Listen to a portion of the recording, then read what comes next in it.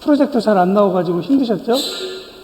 제가 기계를 가져왔는데 잘 안 맞은 것 같습니다. 뒤에서 늘 예배 때 진짜 뒤에서 막 사력을 다해서 고생하시는 우리 방송팀이 있는데 진짜 너무너무 수고하시는 것 같아요. 우리 유경진 집사님, 그리고 우리 중고등부 감사합니다. 네, 제가 아까 바깥에서 이야기를 했는데요. 날씨가 이제 점점 더 성도님들 고생한다고 정수일 목사님 이야기하고 가시더라고요. 그러면서 가장 좋은 건 설교 짧게 하는 게 가장 은혜스럽다고 말씀하셔서 네, 이렇게 생각만 했는데 오늘 아침에 이제 오늘 딱 지난주 얘기 듣고 보니까 그래야겠구나 라는 좀 생각이 들었습니다. 여러분들 함께 예배 드릴 수 있다는 것 정말 큰 의미가 있는 거예요. 가고 남미에 단기 선교 가면 이거보다 더 열악한 환경 가운데서 예배를 드리는 사람들도 있고 또 시원한 곳에서 예배 드리는 상황이 있는데 중요한 건 그거 같아요. 하나님께서 예배할 수 있는 공간과 환경을 주신 것이 참 큰 은혜다. 몇 주 전에 제가 외마에서 우리 목사님들, 선교사님들 총회를 터키에서 했는데요. 그때 제가 다 말씀드리지 못했지만 거기에 이제 목사들, 선교사들이 왔다고 이제 경찰들이 좀 따라다니고 하는 그런 일들이 있더라고요. 그래서 저는 조금 뭔가 남미에서는 좀 그런 일이 없었고 한국에서는 당연히 그런 일이 없었는데 이렇게 바로 옆에만 가도 이렇게 예배를 마음 놓고 예배 드릴 수 있는 게 참 은혜구나라는 그런 생각을 합니다. 그래서 여러분들 잘 버티시라고 말씀을 드리는 거고요. 더우시면 여러분들 더 방법을 한번 찾아보도록 하겠습니다. 자, 우리 오늘 말씀 지난주의 말씀과 연결해서 계속 말씀을 드리고자 합니다. 오늘 설교 제목은 예수님과는 가능합니다 라는 그런 주제로 함께 말씀을 나누기를 원합니다. 오늘 본문 말씀 22절 보니까요 이렇게 시작하죠. 하루는 제자들과 배에 함께 오르사 그들에게 이르시되 호수 저편으로 건너가자 하시니라. 예수님께서 말씀하셨죠. 오늘 제가 이 말씀을 시작하면서 여러분에게 드리고 싶은 첫 번째 이야기는 이 이야기예요. 하루를 어떻게 해석하느냐에 따라서 우리의 삶의 퀄리티가 너무나도 달라질 수 있다는 것이죠. 오늘 본문의 말씀에 보면 여러분 성경 읽을 때 어느 날 이 하루를 번역할 때 어떤 날은 특별히 그날이어야만 하는 그런 하루가 있어요. 그런데 오늘 본문에 나오는 이 하루는 그런 날들이 아니라 그냥 수많은 날들 중에 하루다라고 이야기를 하고 있는 거예요. 저는 이 이야기를 읽으면서 이런 생각을 좀 해봤습니다. 우리 가운데 어떤 일이 그리고 우리 가운데 어떤 일들이 내가 원하는 방향으로 나갈 수도 있고 그러지도 않을 수 있는데 그냥 어떤 일들이 일어나지 않고 막히면 내 삶은 진짜 뭔가 잘못됐나. 아까 제가 말씀드렸다시피 갑자기 예배 전에는 잘 나오던 기계들이 막 안 나오면 내가 지난주에 QTR을 빼먹어서 그런가 막 약간 이런 죄책감이나 이런 마음이 들어간다는 것이죠. 그래서 하루에 대해서 아니면 하루 일정에 대해서 상당히 민감하게 반응하는 그런 우리 모습도 있다는 것입니다. 그런데 우리가 잘 생각해 보면 이 하루의 개념이 어떤 개념이냐. 하나님께서 저녁이 되고 그 다음날 라고 이야기하고 있거든요. 이것을 보면 우리가 한 가지 알 수 있는 한 가지 일이 있죠. 무엇이냐면 유대인의 시간 개념에는 저녁으로부터 하루가 시작하고 우리의 하루가 시작하듯이 저녁으로부터 하루가 시작해서 낮으로 하루가 마칩니다. 밤에 우리가 갈 동안에 충전되는 시간 동안에 하나님께서 우리 가운데 우리가 눈 떠 시간에는 이 하루 가운데에는 하나님께서 우리에게 작업하신 그 일들이 우리의 달란트를 통해서 일어나게 된다라는 것이죠. 성도는 하루를 지나갈 때 그날 하나님을 배워가는 시간을 보낸다라는 것을 여러분 기억하시기 바랍니다. 그래서 성도의 하루는 하나님께 한 걸음 더 나아가는 시간이고 하나님과의 관계가 조금 더 깊어져 가는 시간임을 우리가 기억해야 할 필요가 있습니다. 이것을 신학 용어로 뭐라고 얘기하냐면 성화라고 이야기를 하는 거예요. 구원받은 사람들이 구원받고 난 후에 하나님과 더 가까이 가는 과정, 거룩해져 가는 과정이라고 이야기하는 것이죠.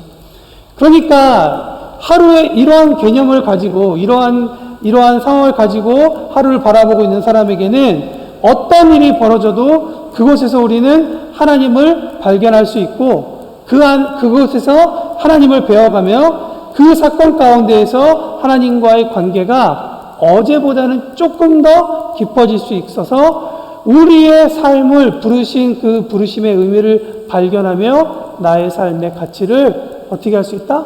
더욱 잘할 수 있다라는 것이 하나님께서 우리에게 주시는 하루의 의미에 담겨 있다고 생각합니다. 그렇기 때문에 저는 오늘이 소중하다고 생각합니다. 오늘은 그냥 내일을 위해서 버티는 시간이 아니라 오늘 우리는 하나님과 더 가까워지는 시간이 되는 것입니다. 믿으시죠? 믿지 않으셔도 이거는 우리가 믿음으로 선포해야 합니다. 따라해 보시겠습니다. 오늘 나는 하나님과 조금 더 가까워지는 리sync 하면 안 돼요. 시간을 보낼 것이다. 고통의 시간을 지나가고 있으면 그 고통을 통해서 하나님과 더 가까워진, 기쁨과 감사의 시간을 보내고 있으면 그 기쁨과 감사의 시간을 통해 우리가 하나님과 더 가까워지는 시간을 보내게 될 것입니다. 그래서 22절은 하루는 하고 이야기를 시작하는데요. 제자들과 함께 배에 오르사 그들에게 이르시되 호수 저편으로 건너가자 하심에 이에 떠나 행선할 때에 예수께서 잠이 드셨더니 마침 광풍이 호수로 내리침에 배에 물이 가득하게 되어 위태해졌다라고 이야기를 하는 거예요. 오늘 본문은 우리에게 참 재미있는 모습을 보여주고 있습니다. 예수님께서 제자들에게 명령하셔서 호수 저편으로 가자라고 예수님께서 말씀하셨는데 어떤 사건이 일어나죠? 예수님께서 뭔가 가자, 예수님께서 이렇게 하자라고 얘기하면 우리가 생각하는 기본적인 생각은 무엇일까요? 뭔가 좋은 일이 벌어지고 뭔가 우리가 얻어지는 좀 행복한 일이 일어나야 될 것이라고 생각하는데 우리가 오늘 읽었듯이 어떻게 됩니까? 광풍을 만나게 됩니다. 여러분 예수님을 잘 믿어도 광풍을 만날 수 있습니다. 예수님을 믿어도 우리 가운데 이런 어려움이 일어날 수가 있습니다. 예수님을 잘 믿으면 부적이 돼서 어떤 어려움이나 힘듦이 다 사라지고 피해가는 게 아니에요. 예수를 믿어도 뭐 할 수 있다? 광풍을 만날 수 있다라는 것입니다. 그렇기 때문에 내가 신앙생활을 열심히 할 때 특히 내가 이전에 없었던 나의 신앙생활의 패턴을 바꾸어서 열심히 하려고 할 때 보면 특히 시험이 좀 드는 일들이 많이 일어나죠. 그럴 때마다 오늘 이 본문 말씀을 기억해 볼 필요가 있는 것 같아요. 내가 어려움을 만날 때 내가 신앙생활을 잘못해서 아니면 지난주에 회개하지 않아서 많은 아닐 겁니다. 물론 그것 때문에 일어날 수도 있지만 그러나 열심히 예수님 말씀대로 살았고 순종했음에도 불구하고 갑자기 원하지 않은 사고를 당해서 아프기도 하고 다치기도 하고 난 열심히 예수님의 말씀, 예수님의 사랑을 실천하기 위해서 사랑하는데 뒤통수 맞기도 하고 손해보기도 한다는 것이죠. 왜 그러야 할까요? 사실 저도 그 이유는 잘 모르겠습니다. 아시다시피 제가 로마에 오기 전에 작년 9월 첫 주에 교통사고를 당했습니다. 그래서 후방 십자인대가 나왔죠. 제가 3개월 동안 누워있을 때 교회에서 나오지 말라고 다 회복되고 난 다음 나오라고 이야기했지만 마음은 너무나도 무거웠습니다. 그나마 조금 가벼워질 수 있는 이유는 무엇이냐? 제가 축구 차다가 만약에 후방 십자인대 나가서 수술했으면 그래도 죽을 마음인데 새벽 예배 나가다가 사고가 나가서 그나마 다행이다 라고 생각하는 거죠. 여러분 제가 그냥 지금은 웃으면서 이야기할 수 있지만 3개월 동안 누워있으면서 이런 생각을 했어요. 과연 내가 뭐 잘못했지? 내가 왜 이러한 사건이 일어났을까? 나에게 왜 이 찰나에 그런 일이 일어나서 내가 수술까지 받게 되었을까? 라는 생각을 했던 것이죠. 저 안에 그 순간에는 바로 그 당시에는 답을 찾을 수가 없었어요. 뭐냐면 너무 제 생각에 너무 많았기 때문이죠. 근데 아무것도 할 수도 없었고 아무것도 내가 무언가 변화하고 싶었지만 변화할 수 없었던 그 순간에 조금씩 하나님께서 저에게 주시는 메시지가 있다는 거예요. 그 메시지 하나하나를 발견해 가면서 주님께서 나에게 행하신 그 의미가 있구나 라는 것을 저는 받을 수 있다는 것이죠. 그 내용은 오늘 다 풀면 안 되니까 다음에 내용을 풀도록 하겠습니다. 중요한 건 예수님께서 그 현장에 계시느냐 안 계시느냐인 것 같아요. 광풍이 막 몰아칠 때 예수님이 그 현장에 계시냐 계시지 않느냐. 예수님께서 함께 계심으로 나의 방법이 아니라 예수님의 방법으로 그 어려움을 빠져나올 수 있는 경험이 우리 가운데 필요한 거예요. 여기서 제가 강조하고 싶은 곳은 어디냐면 예수님의 방법으로 빠져나오는 경험이 필요하다는 거예요. 왜냐? 이 경험이 다음에 다가올 또 다른 광풍을 이겨낼 그런 기억이 되고 힘이 되기 때문에. 여러분, 광풍을 만날 때 내 처지를 한탄하는 것이 아니라 그것이 예수님을 만날 수 있는 자리라는 것을 우리는 깨달아야 돼요. 누가는 이 누가가 쓴 복음서를 시작하면서 한 가지를 선포하고 시작합니다. 그것은 무엇이냐면 예수님은 임마누엘이라고 이야기를 하고 있는 거예요. 여러분, 임마누엘이 무슨 의미이죠? 하나님 우리와 함께라는 것이죠. 그러니까 누가가 이야기하고 싶은 건 무엇이냐?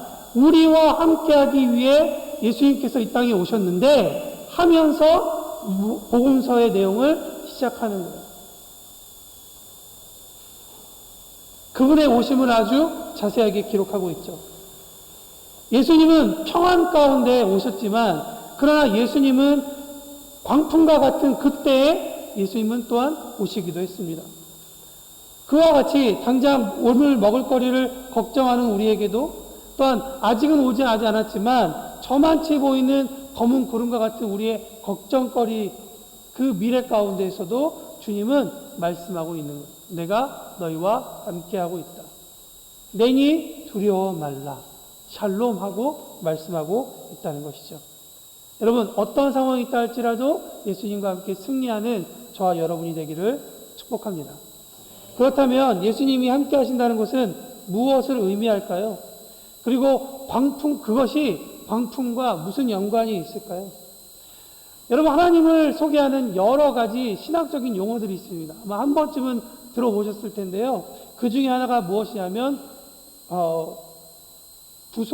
무소부재입니다. 하나님께서 계시지 않는 곳이 없고 어디나 계시다라고 하는 그 말입니다. 근데 사실 우리는 이 말의 의미, 이 말의 위력을 잘 모릅니다.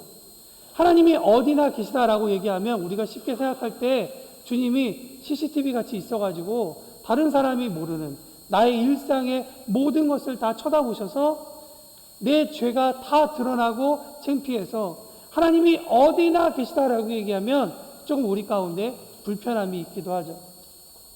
그러나 그 이야기를 반대로 생각을 해보면 이런 이야기도 됩니다.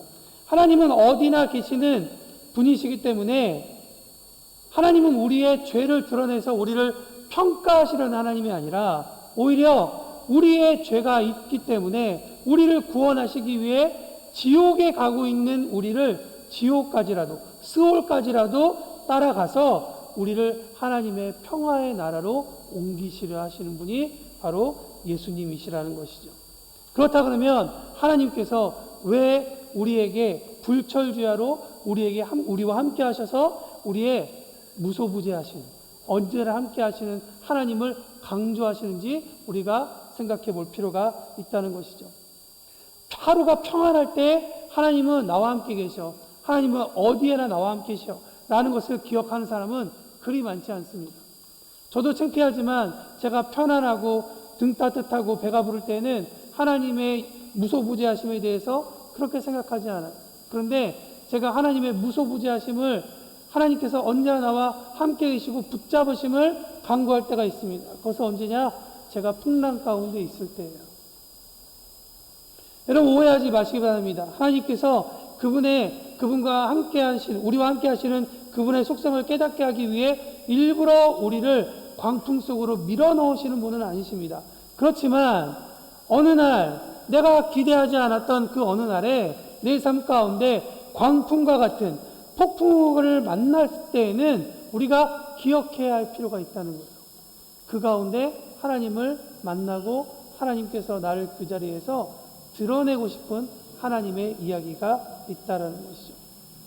하루가 길겠습니다. 며칠이 갈 수도 있습니다. 오랜 시간 동안 그 폭풍우가 우리 삶을 흔들어 놓을 수 있습니다. 그때 오늘 말씀을 통해 기억하시기 바랍니다.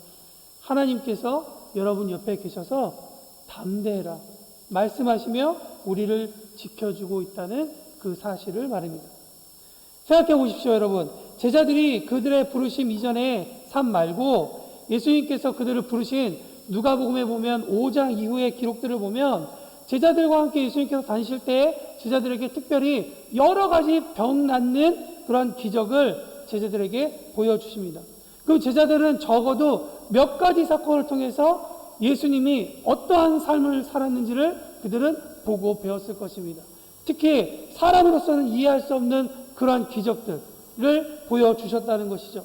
그렇게 교육받았고 그런 기적의 현장에 있었다면, 그런 제자였다면 폭풍우가 몰아칠 때, 배가 흔들릴 때 그들의 반응은 어찌해야 했습니까? 당연히 이전에 예수님께서 사람의 능력 그 이상의 것을 보여주셨기 때문에 예수님을 의지하는 말과 태도가 보여졌어야 되는데, 오늘 본문을 보니까 어떻게 이야기하고 있습니까? 24절을 보니까 우리가 죽겠습니다. 우리가 죽겠습니다. 여러분, 제가 설교 시작하면서 하나님의 역사를 체험하는 것을 어떻게 한다고요? 여러분, 그런 경험을 기억해야 한다고 말씀을 드렸습니다. 여러분, 이런 영적인 사건과 하나님께서 우리 가운데 일하신 이런 사건을 기억할 영적 기억력이 우리 가운데 필요합니다. 주님께서 일하셨던 일을 기억할 수 있는 훈련이 필요해요. 그래서 그것을 기록하든지 일기를 쓰든지 아니면 말로 하든지 하는 그런 일들이 우리 가운데 필요하다는 거예요. 물론 저도 말을 이렇게 하고 있지만 배 바깥에서 폭풍우가 치고 있어요. 상관없이 예수님 옆에서 낮잠 자고 있을 만한 그런 믿음을 가진 사람은 아닙니다. 저 역시도 쫓아가서 예수님 흔들어 깨웠겠죠. 근데 오늘 말씀을 보니까 예수님께서 한 가지 저에게도 또 우리 교우분들에게도 도전을 주시는 것 같아요. 조금만 다른 태도를 가졌으면 좋겠다. 적어도 내가 살아있는 하나님을 경험하지 않았니? 내가 구주라는 것을 너희가 경험하지 않았니? 라고 말씀하신다는 거죠. 잠깐만 말씀을 뒤로 돌아가 보면 오늘 누가복음 8장 읽으셨죠? 아마 몇 주 전에 누가복음 6장, 7장을 우리 정수일 목사님과 함께 공부하셨을 겁니다. 7장에 중요한 두 가지 사건이 나옵니다. 하나는 백부장의 아들이 죽었다가 살아나는 사건이 나와요. 그리고 7장에 또 한 가지 사건이 나옵니다. 그것은 무엇이냐? 과부의 아들이, 죄송합니다. 백부장의 종이 치유받게 된 사건이고, 두 번째 사건은 과부의 아들이 살아난 사건이죠. 여러분, 이 두 사건을 보면 예수님께서 왜 제자들에게 풍랑이 일었는데, 그래서 예수님을 깨웠더니 예수님께서 화를 내시면서 너희가 믿음이 없구나 라고 이야기하셨는지에 대해서 우리가 이해할 수가 있어요. 그것은 무엇이냐? 백부장 사건의 말씀에 보면 백부장이 예수님께서 그의 종을 치료 오실 때 그가 이런 이야기를 합니다. 주님, 더 수고하실 필요 없습니다. 저는 주님을 내 집에 모셔드릴 만한 자격이 없습니다. 그래서 내가 주님께 나올 염두도 안 납니다. 그저 말씀만 하셔서 내 종을 낫게 해주십시오. 백부장은 무엇이 있었습니까? 그가 과거에 병들었던 자기의 종을 되살린 경험이 있습니까? 아니죠. 오히려 그는 예수님께서 행하셨던 많은 소문들을 들어서 주님이 어떤 분이신지를 알았다는 거예요. 비록 그가 한 번도 자기 가운데 그런 경험을 하지 못했지만 그는 예수님께서 오시면 자기의 종을 낫게 해주시겠다라고 하는 믿음의 고백이 있었던, 다른 누군가의 고백을 통해 그는 듣게 되었다는 것이죠.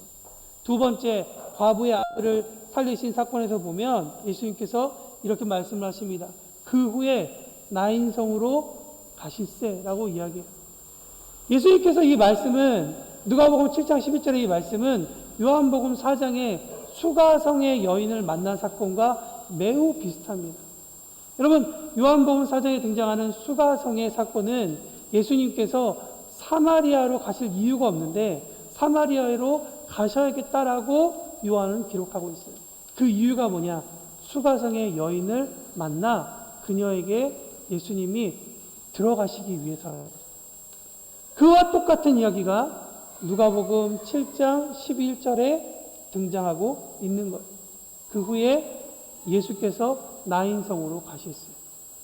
나인성으로 가셔서 과부의 아들을 살려내셔야 했다라고 누가는 동일하게 기록하고 있는 거예요. 그리고 나서 오늘 8장에 또 이야기를 하고 있습니다. 예수님께서 주무시자마자 어떤 사건이 일어나요? 광풍이 일어났다. 이 세 가지 사건이 무엇을 연결하고 있는지 여러분들 보이시죠? 주님께서 우리에게 이야기하고 있는 거예요.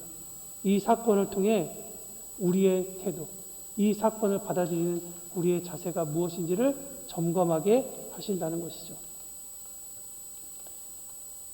백부장이 고백합니다. 말씀만 하시면 낫겠습니다. 과부의 아들을 살리기 위해 예수님께서 나인이라는 성으로 들어가셨습니다. 왜? 예수님께서 함께 하실 때 어떤 사건이 일어난다는 것을 알려주시기 위해. 그러면 폭풍 가운데 있는 여러분, 폭풍 가운데 떠 있는 여러분의 배 가운데 예수님이 들어가신다면 어떠한 일을 예수님께서 하고 계시겠습니까? 그리고 우리는 어떻게 그 사건을 받아들여야겠습니까? 말씀을 마칩니다. 요한복음 1장 1절에서 3절에 보면 이런 말씀이 있죠. 태초에 말씀이 계시니라. 이 말씀이 하나님과 함께 계셨으니 이 말씀은 곧 하나님이시라. 그가 태초에 계셨고 만물이 그로 말미암아 지은 바 되었으니 지은 것이 하나도 그가 없이 된 것이 없느니라. 말씀이신 예수님께서 태초에 모든 것을 창조하듯이 우리 가운데에 막혀있는 여러 가지 폭풍과 같은 환난, 우리가 믿음으로 고백드릴 때 주님께서 그 믿음을 들으시고 우리의 기도를 응답해 주신다. 그 가운데 어떻게 하신다? 주님께서 함께 하신다라는 것이죠. 여러분, 이민생활 쉽지 않죠. 저는 여러분보다는 좀 많이 편하게 사는 것 같아요. 근데 이 더운 날 일하시면서 또 자녀들 키우시면서 여러 가지 이태리어 잘해요? 공부하면서 쉽지 않죠. 쉽지 않은 이민생활 가운데 정말 여러 가지 꿈을 가지고 소망을 가지고 살고 있지만 때로는 우리 가운데 험난한 파도도 옵니다. 우리가 엎어질 것 같은 큰 풍랑도 있습니다. 그럴 때 주님 어디 있어요? 주님 우리가 죽게 되었어요. 라고 우리가 이야기하는 것이 아니라 백부장의 고백처럼 주님 말씀만 하시면 이 폭풍 가운데 주님께서 우리에게 무엇을 얘기하는지 우리가 배울 수 있습니다. 우리는 이 폭풍을 뚫고 지나가겠습니다. 믿음으로 선포하는 거죠. 여러분, 제가 여기에 와 있는 게 기적이라고 생각하지 않습니까? 제가 여러분을 만나기 전에 한 번도 제가 여러분을 만난 적이 있습니까? 한 번도 만난 적이 없죠. 물론 저는 여러분들을 유튜브로 만나 뵀죠. 우리가 이렇게 이곳에, 이 시간에 이곳에서 자라고 이곳에서 신앙생활을 할 줄 누가 알았겠습니까? 이러한 병을 가졌을지, 이러한 어려움을 가졌을지, 또한 이러한 행복을 가졌을지 내가 어렸을 때 알았겠습니까? 아무도 몰랐다는 것이죠. 이 시간, 그리고 이 시간에 있는 모든 사건들은 하나님께서 우리에게 하나님을 알게 하는 의미를 주셨다는 겁니다. 비록 어려운 시절을 지나고 계시는 분들이 계시다면 어렵겠지만, 그러나 이 시간 가운데 말씀하시는 주님과 함께 광풍을 지나가시면 곧 건너편, 갈릴리 건너편이 도달하게 됩니다. 여러분, 이 시간을 잘 지나가시면서 믿음으로 승리하시기를 축복합니다. 이 시간 다 같이 기도하시겠습니다. 기도하실 때 하나님, 우리 가운데 어려운 광풍이 있고 그럴 때 혹시 우리가 입술로 그렇게 주님 앞에 죄를 짓지 않는지 다시 한번 더 돌이켜보기 원합니다. 주님, 우리 입술을 정결하게 하사 주님의 말씀대로 승리할 수 있는 우리가 되게 하시고, 폭풍 오든지 아니면 우리가 평안한 시간이든지 그 모든 시간 가운데 정말 주님을 더 알아가고 하나님을 배울 수 있는 그런 시간 될 수 있도록 하나님 도와주십시오. 이번 한 주간 혹여나 어려운 시절을 지나고 있는 우리 교우들이 있다면 그들을 기억하며 함께 기도하며 이 폭풍을 지나갈 수 있도록 주님 도와주십시오. 우리 그런 마음으로 함께 기도하며 나아가겠습니다. 기도하시겠습니다.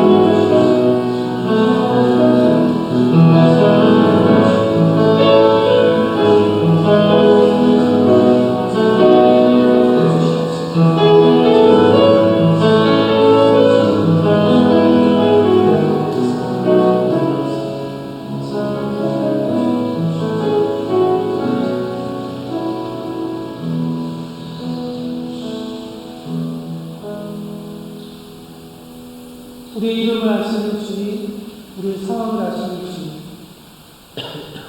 우리의 기도를 아시는 주님,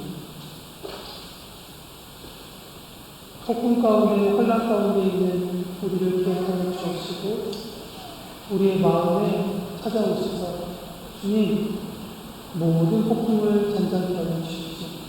혼란을 잔잔히 하여 주십시오. 주님을 바라보며 나아가는 우리 가운데 정말 하나님께서 일하심을 보고 경험하는 그런 한 주간이 되게 하여 주옵소서. 주님, 폭풍 가운데 힘들어하고 있는 우리 교우들이 있다면, 영혼들이 있다면 저들의 고통을 그냥 보지 마시고 주님, 깊이 찾아가 주셔서 저들 가운데 계시다는 그 사실을 기억하게 하시고, 주님 때문에 그 폭풍에서 정말 고통과 어려움과 눈물을 흘리겠지만 그러나 함께 지나가며 승리할 수 있는 귀한 한 주간의 삶을 살아낼 수 있도록 인도하여 주옵소서. 주님, 우리에게 평안을 주시는 감사를 드립니다. 이 평안이 우리의 몸이 편안해서 우리가 넉넉해서 얻는 것이 아니라 어떠한 상황이 있든지 상관없이 주님께서 우리 안에 내주하고 계시는 한 평안이 있습니다. 주님, 그런 평안으로 한 주간을 살아내는 우리 모든 로마니 교회 가족들 될 수 있도록 인도하여 주옵소서. 감사드리며 예수님의 이름으로 기도합니다. 아멘.